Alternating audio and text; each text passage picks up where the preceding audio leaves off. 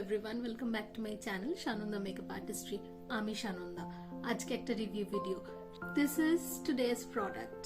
এটা নিয়ে আজকে আমরা রিভিউ করব। এটা হলো ম্যাগনেটিক আইল্যাশ। নিশ্চয়ই সবাই দেখেছো বা অনেকেই দেখেছো, ভীষণ ভাইরাল একটা প্রোডাক্ট। বাট আজকে আমি দেখাবো এটার প্রোস অ্যান্ড কনস। সব জায়গায় আমরা দেখতে পাই এটা নাকি ভীষণ ইজি টু ইউজ। যাদের আইল্যাশ ইউজ করতে প্রবলেম হয় তাদের জন্য নাকি এটা ভীষণ ভীষণ ইজি ইউজ করা, কিন্তু আমার তো সেটা মনে হয়নি। যাই হোক, আমার যেটা মনে হয়েছে সেটা আমি তোমাদের সাথে শেয়ার করছি। এটা হচ্ছে নর্মাল আইল্যাশ, যেটা আমি লাগিয়ে রেখেছি, বাট আজকে দেখাবো আমি ম্যাগনেটিক আইল্যাশ। তো দেখিনি আজকে ম্যাগনেটিক আইল্যাশ কিভাবে লাগাতে হয় বা কি উপায় লাগাতে হয়, বা কেন এত তাড়াতাড়ি শুধুমাত্র একটা আইলাইনার লাগালে ম্যাগনেটিক আইল্যাশ লেগে যায়। Let's see. এটা হচ্ছে বক্সটা। এটা আমি অ্যামাজন থেকে অর্ডার করেছিলাম। এটাতে 10টা পেয়ার আছে, তার মধ্যে একটা আমি ইউজ করেছি। দুটো আইলাইনার দিয়েছে, এই একটা আছে আর এই একটা আইলাইনার আছে। এখানে এটা ফিক্স করা থাকে, জাস্ট এভাবে পুল করলে এটা খুলে যায়। এটা কিন্তু বাকি আইল্যাশের মতন আঠা দিয়ে লাগানো থাকে না, মানে একটা ম্যাগনেট লাগানো আছে। এই ম্যাগনেটে এটা জাস্ট এরকম ভাবে ফিক্স করা থাকে। এবার একটা আইল্যাশ আমি নিয়ে নিলাম। এবার এই আইল্যাশটাকে খুব ক্লোজলি আমি তোমাদেরকে দেখানোর চেষ্টা করব। এই দেখো আইল্যাশটা, সি, খুব ক্লোজলি দেখলে বুঝতে পারবে এখানে ছোট ছোট ম্যাগনেট পার্টস লাগানো আছে। ওকে, এখানে এরকম ছোট ছোট পার্টসে কিন্তু এরকম ম্যাগনেট লাগানো আছে, দেখতে পাচ্ছ? এই ম্যাগনেটগুলোই যেই আইলাইনারটা ওরা দিয়েছে সেই আইলাইনারের সাথে কাজ করে।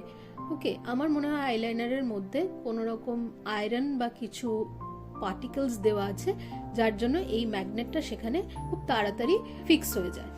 লাইক এই যে বক্সের মধ্যে লেখা আছে, shake the magnetic eyeliner bottle well, use finishing powder before magnetic eyeliner and keep skin dry. তারপর হচ্ছে apply eyeliner 2-3 times, make it thicker at both end, wait for 1 minute till eyeliner dry out. Then হচ্ছে find correct position firstly, start from the inner corner, allow the lash to fix the magnetic eyeliner, then gently to the middle and to the end. এটা কিন্তু পুরোটা এখানটায় লেখা আছে। এটাকে shake করে নিতে বলেছে সবার আগে। মেবি এটার মধ্যে কিছু আয়রন পার্টিকেলস আছে, নেওয়ার পরে বলেছে খুব ঠিক করে আইলাইনারটা পড়তে। ঠিক মানে 2-3টে কোট দিতে বলেছে অ্যাকচুয়ালি। জাস্ট 1 minute ওয়েট করব এটা পুরোটা ড্রাই হয়ে যাওয়ার জন্য। যেমন আমরা যখন ল্যাশ গ্লু ইউজ করি আমরা ওয়েট করি যে মিডিয়াম ড্রাই হয়ে যাওয়ার জন্য বা সেমি ড্রাই হয়ে যাওয়ার জন্য, কিন্তু এটা ফুল ড্রাই হয়ে যাওয়ার পরে ইউজ করতে বলা আছে। Let's use it. কার্ভ করে নি, যদি ওটা কার্ভডই থাকে।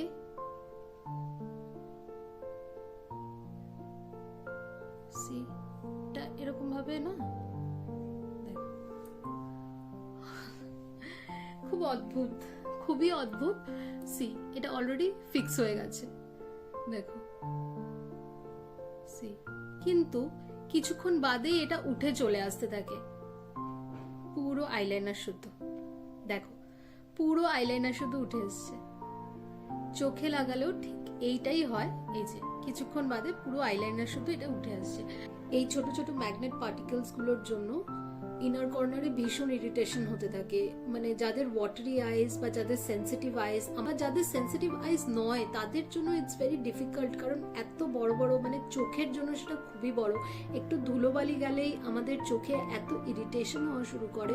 তো সেই জায়গায় এত বড় বড় ম্যাগনেট পার্টিকেলস এর ইনার কর্নারে, এর মিডলে, প্লাস এই বাইরে সব জায়গায় দেওয়া, চোখ শক্ত শক্ত লাগতে থাকে। আর সারাক্ষণ মনে হয় কিছু একটা সামথিং ইজ পিঞ্চিং ইনার কর্নারে।